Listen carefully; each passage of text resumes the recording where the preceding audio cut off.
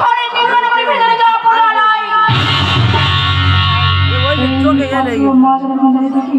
দেখি বিশ্বনাথ শর্মা আমার চিনতে পারে না।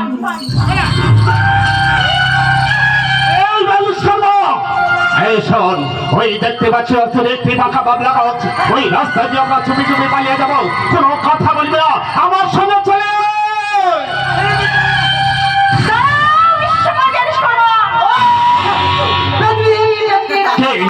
কে তুমি পথের মাঝে দাঁড়াচ্ছ? সত্য পরিচয় দাও।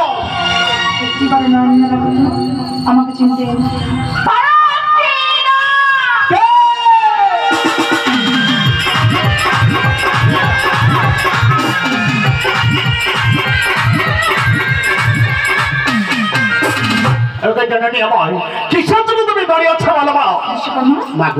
তোমরা কোথাতে আসছো?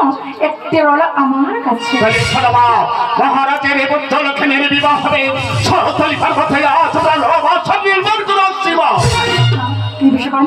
ওই বাসুর মাঝারে আমার নাগগঞ্জ যাওয়ার ছিদ্র রেখেছি বাবু।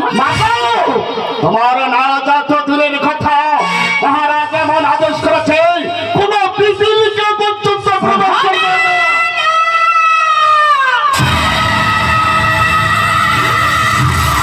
চোখটা পুরো রসে বললাম বিশ্বকর্মা আজ যেমন বাসুর ঘর নির্মাণ করে সাঁওতালি পর্বতে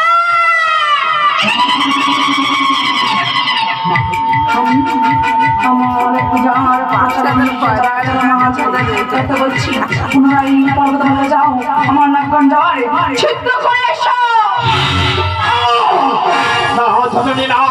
তুমি জানো তোমার বিশ্বকর্মা হয়ে কেমন করে তোমার কথা মতো আমায় নিঃশ্বাস জগত কাজ করবো? আমি পারবো না।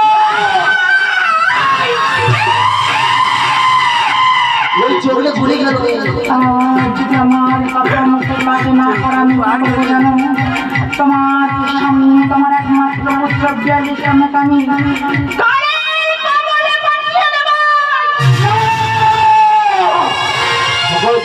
তুমি বলতে পারবা আমরা ভাষার নির্মাণ করে মহারাজের কাছে ভাষারের ছবি দিয়ে এসেছি।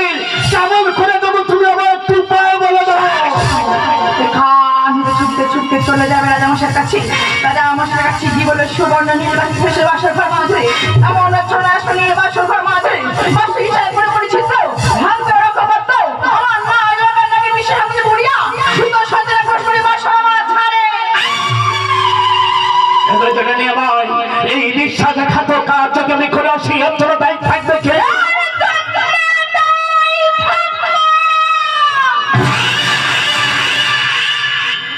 শুধুমাত্র আমি